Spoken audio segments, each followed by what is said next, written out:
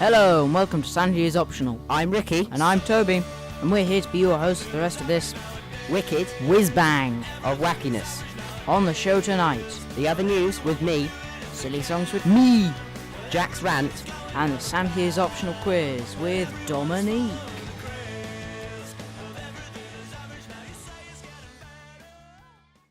Now I shall cast a spell to make Ricky read the news. Bad jokius, newsius, readius. You could just ask me, you know. Crappiest meus.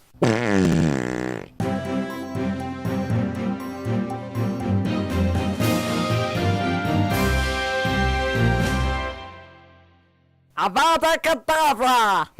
Hello and welcome to the Sanity is Optional News. Top story this week. Homes in Essen, Germany, who refused to be part of Google Street View because it infringed upon their privacy, have been pelted with eggs.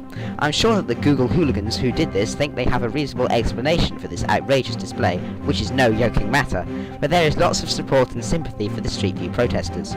Google has often been criticised in the past for ignoring privacy, but the personal Street Views can help people. One person was persuaded to lose weight after they saw their enormous frame on the popular website. A Paris pensioner, who remains unnamed, managed to survive for nearly 3 weeks on just warm tap water after getting trapped in her bathroom when the door lock jammed. This is a very long-running story for her, as she tried to tell her neighbours that she was trapped by tapping on the pipe, but they just thought it was some over-enthusiastic DIY lover, and they started to petition to get it stopped. Eventually, her neighbours tapped into the message that they hadn't seen her for weeks, and called the emergency services.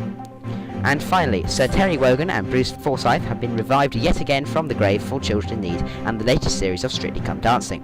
However, it is getting increasingly harder to bring them back from the dead each year, and this is shown by Terry's skin colour and Bruce's dancing ability. However, as long as the public want them back, they will keep on resuscitating them until 2070.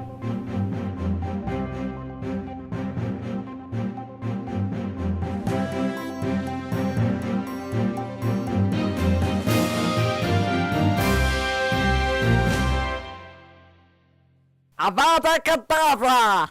Unfortunately, we can't cast a magic spell to make Toby's singing any better, but here he goes anyway. Now it's time for Silly Songs with Toby, a part of the show where Toby comes out and sings a silly song. This week, it's a parody of Viva la Vida in the style of Voldemort, written by Jack. I want to rule the world. Mudbloods die when I give the word. Every morning I rise alone. Violence I will condone.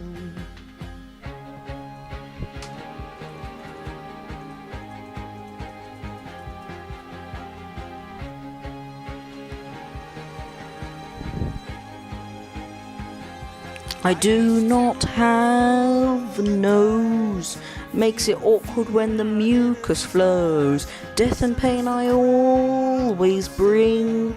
Now that Dumbledore's dead, I will be king. From me everyone will flee.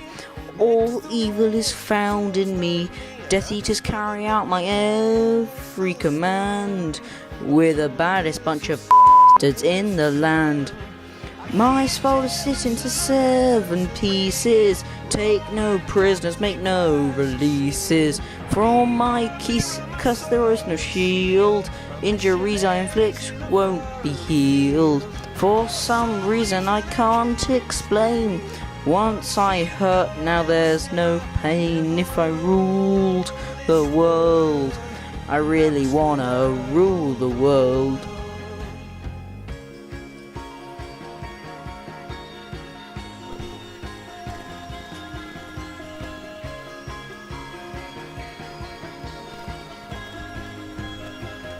I commit wicked and wild sins. Blow open doors, I have pale skin. Shadowing windows with my right thumb. My wand is set to kill, I don't like stun. Revolutionaries hate. Like Bellatrix, who is my mate. In the shower I quite like to sing. James Lundgren needs a shout out thing.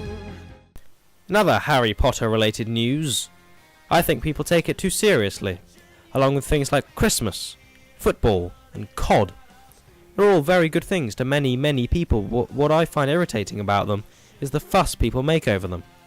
Don't you think it makes things like Christmas just that little bit less special when people are going on about it in September? Or take something like football or COD. People are forever getting hot-headed about whether they're good or bad. How about we just let everyone get on with their own opinions and find something far more interesting to talk about? Like?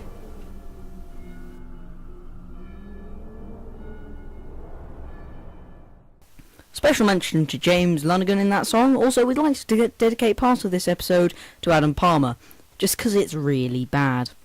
We deliberately breach loads of copyright here, so if J.K. Rowling would like to sue us, she's more than welcome. Anyway, moving on, time for the quiz.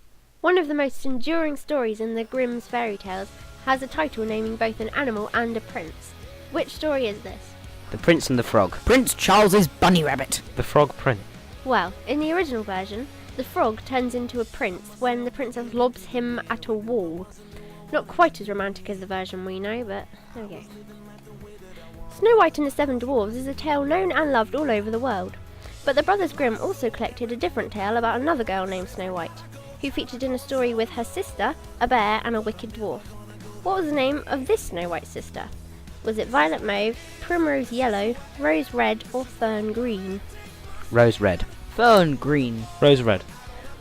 What was Rapunzel's most outstanding feature? Was it her bright blue eyes, her voice, her elegant figure, her sweet smile, or her very long natural fair hair? Her very long natural fair hair. Sexy body. To be honest, if this was real life, Toby's answer would be the correct one. Well, according to the Book of Asbo Fairy Tales, they were extensions, but by the time she was 16, she had released 5 platinum-selling albums, her own perfume range, and her own clothing range. Moving on. In Harry Potter and the Half-Blood Prince, what causes the misty weather in the middle of July? Was it a concealment charm by Voldemort, one of Snape's potions, Dementor's breeding, or an enchantment from the Department of Humphreys? Dementor's breeding. Dementor Rumpy Pumpy. Mentor's breeding. Which mythic hero in Greek mythology killed the Gorgon Medusa? Was it Perseus, Achilles, Theseus, or Toby? Have you been messing with my questions? Perseus. Perseus. Toby. Sorry to burst your bubble, Toby, but it was Perseus.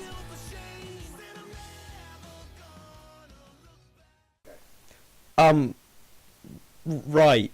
Toby, how much exactly have you messed with this quiz? Because apparently after analysing Toby's massive muscles, we can declare him the winner. I'd just like to thank my mother, my father, Medusa for letting me cut her head off, and anyone who's helped me today. In the interests of continuity, Dominique is still here. She hasn't gone to a party or anything.